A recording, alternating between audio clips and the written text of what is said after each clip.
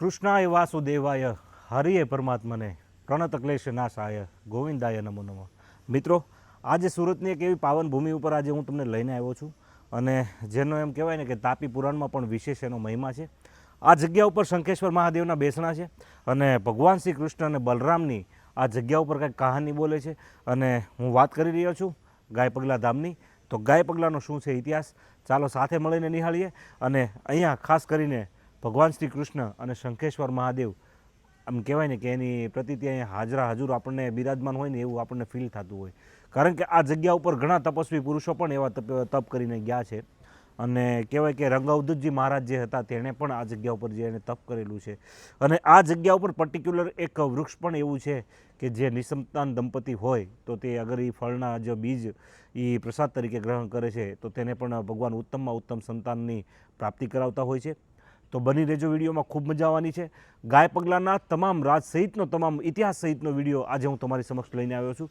સાથે મળીને આનંદ કરીએ. જય સિયારામ, જય શંખેશ્વર મહાદેવ, જય શ્રી કૃષ્ણ.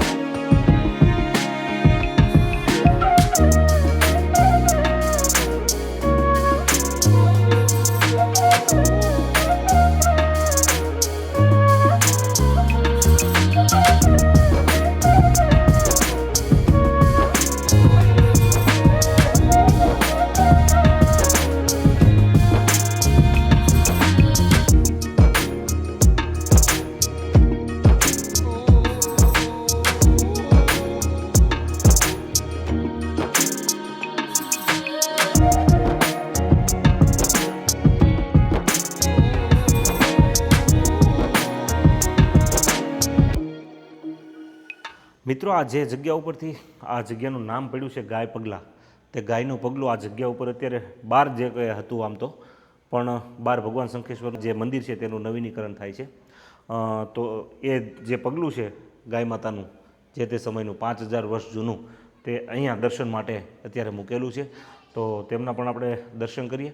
અને ખરેખર વિચાર તો એ ખરો કે 5500 વર્ષ પહેલાંની જે આપણી જે અગમ્ય સંસ્કૃતિ કે જેનો ઇતિહાસ આજે પણ સુરતની ભૂમિની અંદર કહેવાય ને કે એક ધરબાઈને પડ્યો છે. ખરેખર અમને તો ખૂબ મજા આવી, કારણ કે મારો તો જન્મ સુરતમાં છે પણ જોગાનું જોગ આજ સુધી મારે ગાય પગલાં ક્યારેય આવવાનું નથી. ઘર પરિવારના અથવા તો સગાવાલાને બધા આવતા તે વાત આપણને સાંભળવા મળતી ગાય પગલાં અહીંયા સ્થાન છે. પણ કુદરતી રીતે ભગવાનનો કદાચ એવો ભાવ રહ્યો હશે કે ભાઈ તું આવી રીતે જ અહીંયા આવજે. તો આજે પ્રથમવાર હું આ જગ્યા ઉપર આવીને ખરેખર મને તો ખૂબ જ મન મારું પ્રફુલ્લિત થયું છે આ જગ્યા ઉપર આવીને. કારણ કે આ એવી સાધુ સંતોની ભૂમિ છે ને આ એવી તપસ્વી ભૂમિ છે. તમે આ જગ્યા ઉપર કદાચ એકલા બેસો. થોડી વાર પહેલાં અમારા વિડીયો ચાલુ થયો એ પહેલાં મને સચિન દાદાએ થોડીક વાર પહેલાં વાત કરી કે પ્રકાશભાઈ, તમારા મનમાં જે કોઈ આદિવ્યાધિ ઉપાધિ હોય આ જગ્યા ઉપર આવીને જો તમે શાંતિથી એકલા બેસી જાઓ ને તો તમારે 100 માણસોની પણ જરૂર નથી. અને ખરેખર એવી નિરવ શાંતિ અને કહેવાય ને કે આહલાદક આનંદ માટે ગાય પગલા એક વખત આવો, પરિવાર સાથે આવો અને ખરેખર બાળકોને ખૂબ મજા આવે એવું છે. અને બાળકોને લઈને તો એટલા માટે આવવું જોઈએ કારણ કે આપણી ઇતિહાસ, આપણી સંસ્કૃતિ, આપણી ધરોહર એને ખબર પડે કે 5500 વર્ષ પહેલાં કૃષ્ણને જો આ વસ્તુનું પાપ લાગતું હોય તો આપણને કેમ ન લાગે. તો ક્યાંક ને ક્યાંક પરિવર્તન સાથે પુનરાવર્તનની ભાવનાની પણ મેં તમને અહીંયા વાત કરી. તો ચાલો ગાય માતાનું પગલું જે છે તેના દર્શન કરીએ. અને દર્શન કરીએ એટલું જ નહીં, આ જગ્યા ઉપરથી આપણે એક એવી ભગવાનને પ્રાર્થના કરીએ કે અમારો વિડીયો જે કોઈ જુએ છે તેની અંદર કાંઈ પણ આદિવ્યાધિ અને ઉપાધિ તેના મનમાં હોય તો તેનો નાશ કરજો. અને બધાને ભગવાન શ્રી કૃષ્ણ અને શંખેશ્વર મહાદેવ શારીરિક તંદુરસ્તી ભરપૂર રીતે આપે અને અમે જે રીતે યાત્રા કરીએ છીએ એ રીતે આપ પણ કરી શકો તેવી એક શુભકામના અને આશીર્વાદ માગું છું ભગવાન પાસેથી. તો ચાલો માતાજીના દર્શન કરીએ. જય સિયારામ, જય સિયારામ.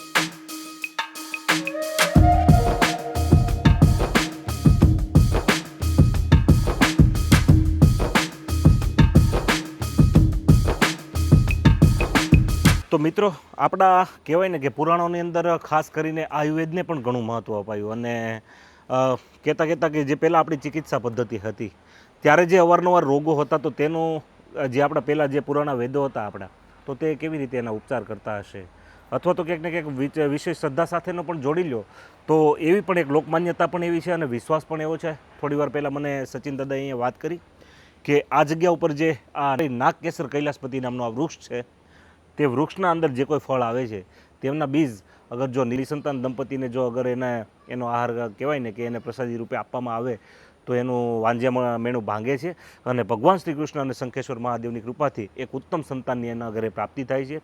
તેવો પણ એક વિશ્વાસ અહીંયા સચિન દાદા દ્વારા અમને જાણવા મળ્યું અને જાણવા મળ્યું એટલું જ નહીં અને થતું જ હોય કેમ ન થાય કારણ કે વાત જ્યાં શ્રદ્ધાની હોય ને મિત્રો ત્યાં પુરાવાની કાંઈ જરૂર હોતી નથી અને શ્રદ્ધાથી જો ભગવાન પાસેથી તમે આગળ માનો છો અને ભગવાન આપણી રૂપે આ કહેવાય ને આપણી પાસે કયા રૂપમાં છે તો એ પ્રકૃતિના રૂપમાં જ આપણી સામે પ્રેઝન્ટ છે પણ ક્યાંક ને ક્યાંક મારી અને તમારી આંખ આગળ જે આ કળિયુગના જે કહેવાય ને આ આવરણો જે આવી ગયા છે એટલે ભગવાનની આપણને ઓળખ નથી થતી. બાકી ઈશ્વરનો હોય તો આ સંસાર ચાલે કેવી રીતે. તો કોઈ પણ નિસંતાન દંપતી હોય તો આ જગ્યા ઉપર આવીને અહીંના મંદિરના પૂજારી સચિન દાદાને પણ મળીને આ જગ્યા ઉપર આ જે ફળ છે તેમને એક પ્રસાદી તરીકે એક એનો એવો ભાવ પ્રગટ કરવો જેથી કરીને અહીંયા એના વાંજમેણા ભાગે અને ભગવાન એનું દુઃખ દૂર કરે તેવી આપણે પણ આ જગ્યા ઉપર ઊભા ઊભા ભગવાન મહાદેવને અને ભગવાન શ્રી કૃષ્ણને પ્રાર્થના કરીએ. જય સિયારામ. તો મિત્રો ગાય પગલા મંદિરની જે રીતે મેં તમને વાત કરી જે ઇતિહાસની તમને જે સંપૂર્ણ માહિતી છે તે આ મંદિરના પૂજારી સચિન મહારાજ પાસેથી આપણે લેવાની છે. અમે પર્ટિક્યુલર કોઈ પણ જગ્યાએ જઈએ તો ત્યાંના સાધુ સંત મહંત અથવા તો ત્યાંના પૂજારી પાસેથી એટલા માટે માહિતી લેતા હોઈએ છીએ કે જે કાંઈ વસ્તુ ઓથેન્ટિક ઇતિહાસ છે એ અમે તમારા સુધી અમે પહોંચાડી શકીએ. તો ચાલો સાથે મળીને આપણે ભગવાન શ્રી કૃષ્ણના ખોળે છીએ અને શંખેશ્વર મહાદેવનું સાનિધ્ય છે તો શું છે આ જગ્યાનો ઇતિહાસ તે સંપૂર્ણપણેની માહિતી મારે સચિન મહારાજ પાસેથી લેવી છે. અને ખરેખર આ એક એવી તપોભૂમિ છે. થોડાક સમય પહેલાં પંડિતજીએ મને વાત કરી કે પ્રકાશભાઈ ઉનાળાની અંદર તમે અહીંયા આવો છો અને 42 થી 43 ડિગ્રી તાપમાન હોય અને આ જગ્યા ઉપર જો તમે આવો તો ખરેખર તમને એટલી શીતળતા મળે એટલી આ તપોભૂમિનો આ પ્રભાવ આ જગ્યાનો એવો છે. તો ચાલો સાથે મળીને આ જગ્યાનો આપણે નિજાનંદ માણીએ. महाराज जी आपका स्वागत करता हूँ मेरी चैनल में और पर्टिकुलर ये जगह का क्या इतिहास रहा है और इसके बारे में आप मेरे को सविस्तार में जानकारी दे पूरी. महादेव हर यहाँ पे आज से 5000 वर्ष पहले हाँ कृष्ण भगवान और बलराम जी आए थे, ऐसा तापी पुराण में लिखा हुआ है. उससे पहले हम जाते हैं गोकुल वृंदावन मथुरा में. हाँ वहाँ पे रहते थे, बचपन उनका वहाँ पे बीता है. हाँ तो बालकपन में क्या है वो गायें चराते थे. हाँ तो मथुरा में यमुना नदी है तो यमुना नदी की जैसे यमुना नदी के एक साइड गायें चरती थी तो सभी लोग वहाँ पे रहते थे, कृष्ण भगवान और बलराम जी.